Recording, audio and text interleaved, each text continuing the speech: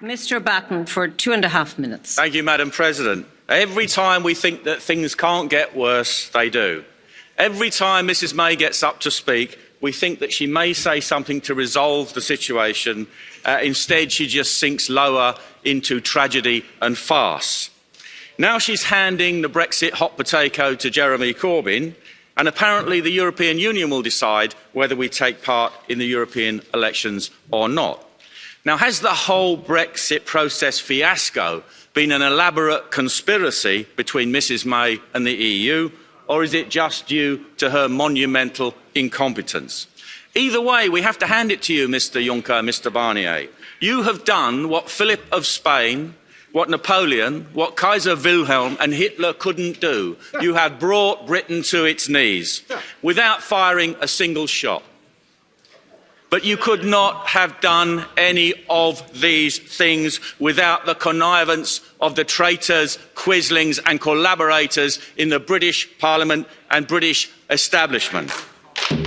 As Seneca said, a nation cannot survive treason from within, and treason it is.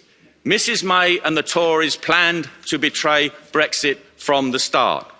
They have betrayed it by means of delaying and impeding, with the intention of finally overturning it altogether and setting aside the decision of the referendum.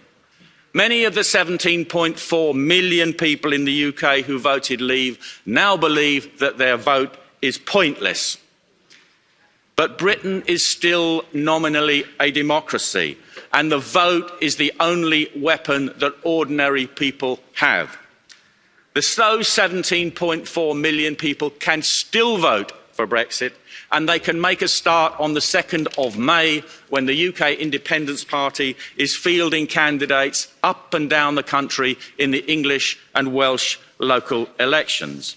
Now, Mr Juncker, if I heard you correctly, you said that there will be no extension to Article 50 beyond the 12th of April. And if there is no agreement on the withdrawal deal, then we leave by default and go on to WTO terms. I think that's one of the few things you've said I actually agree with. Good, let's bring it on. But if Britain is forced to take part in the European elections on the 23rd of May, then UKIP will field a full complement of candidates in England, Scotland, Wales and Northern Ireland.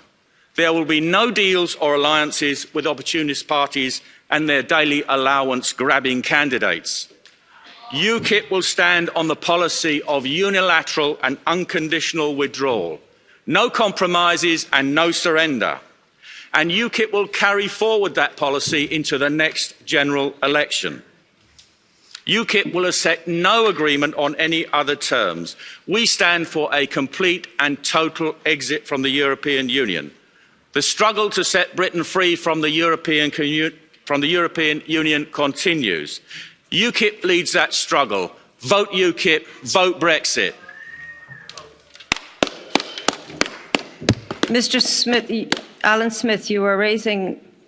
Do you want to make a point? I won't allow questions at all in this session. No blue cards. You have...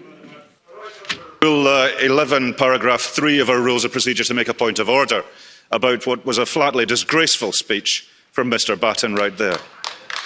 He does not speak for the people of the United Kingdom. He barely speaks for his own party, such as it still exists. And to use that sort of rhetoric in this House of democracy is utterly shameful. Can I suggest that you and the Presidency think whether or not this House should continue to give a platform to these wreckers for their poison? Thank you.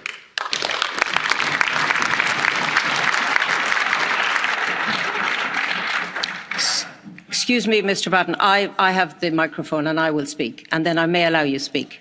Can I say that I will definitely bring your issue to the President? I was also concerned about the use of another term, punishment beating. I find that a difficult term in the context of my own country. Sir, do you have a point?